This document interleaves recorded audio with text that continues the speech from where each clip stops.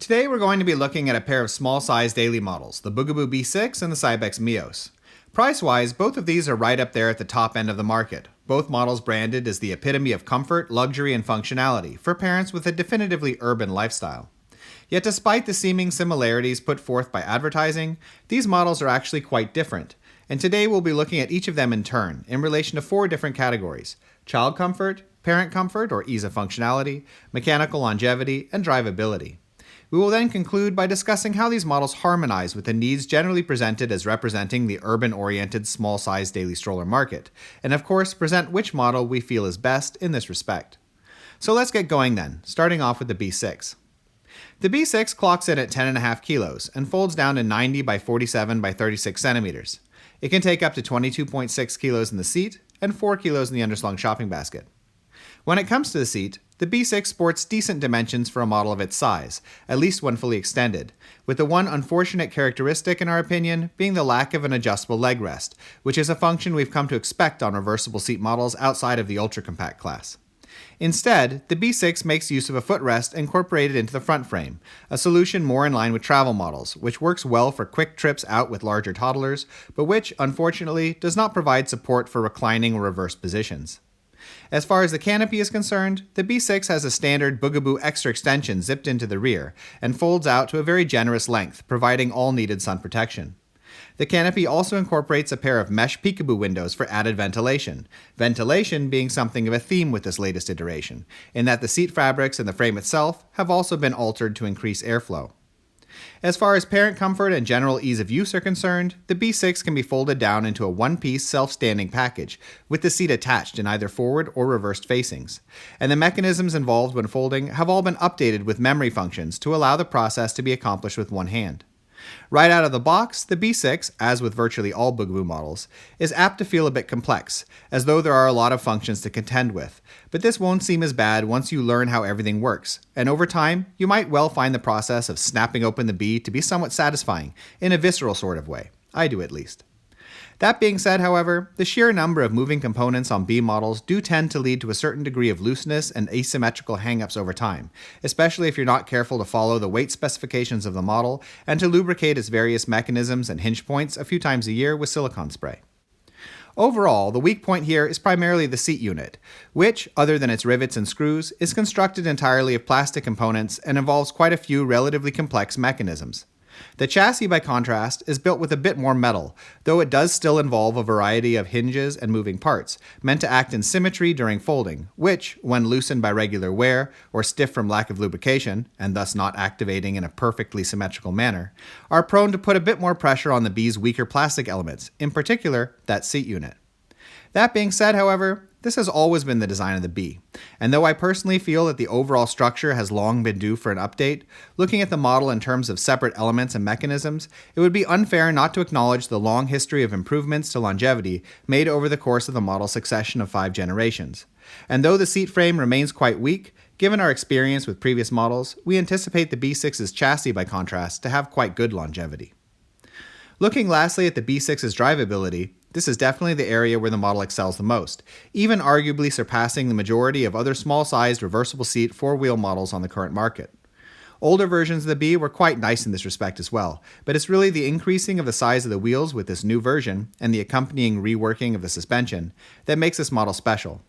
As a result, while the B6 is in no way designed for off-road use, it will tolerate cobblestones, gravel, and light park terrain better than most comparable models, giving it an edge in somewhat rougher urban environments like older European cities or cities with poorly maintained sidewalks. Okay, let's move on to the Mios then, beginning again with a few stats. The Mios clocks in at 8.7 kilos and folds down to 33 by 50 by 75 centimeters.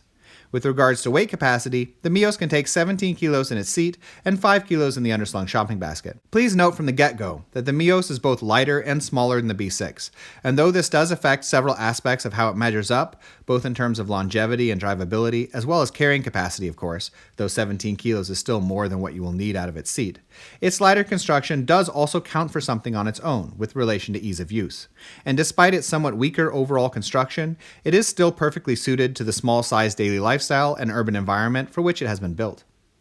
As far as the seat is concerned, the total size is a tad smaller than the B6, but we're only talking about a matter of a few centimeters, other than when comparing the length of the adjustable leg rest to the distance between the B6's baseboard and separate footrest. What this difference means in practice is that for the majority of your stroller use, up until your child is 2.5 years old or so, the Mios will provide significantly more comfort in reclined positions as well as with the seat reversed, while after this point, the leg rest is apt to feel a tad cramped. As far as the canopy is concerned, the Mios offers the same sort of extendable setup as the B6, though the B6's canopy is a tad more spacious and provides somewhat better sun coverage as a result. When it comes to the seat textiles, there are two sets available for the Mios, a mesh set that tends to come stock with the model, and a thicker and better padded type, far more suitable for cold conditions. In general, then, the price of purchasing extra textiles aside, the Mios' seat might be judged as outperforming the B6 in both warmer and colder environments, as despite the B6's emphasis on ventilation, it's hard to imagine the model really providing a more breezy experience than the Mios' mesh fabrics, which, to be frank, I hesitate to even think of as seat textiles at all.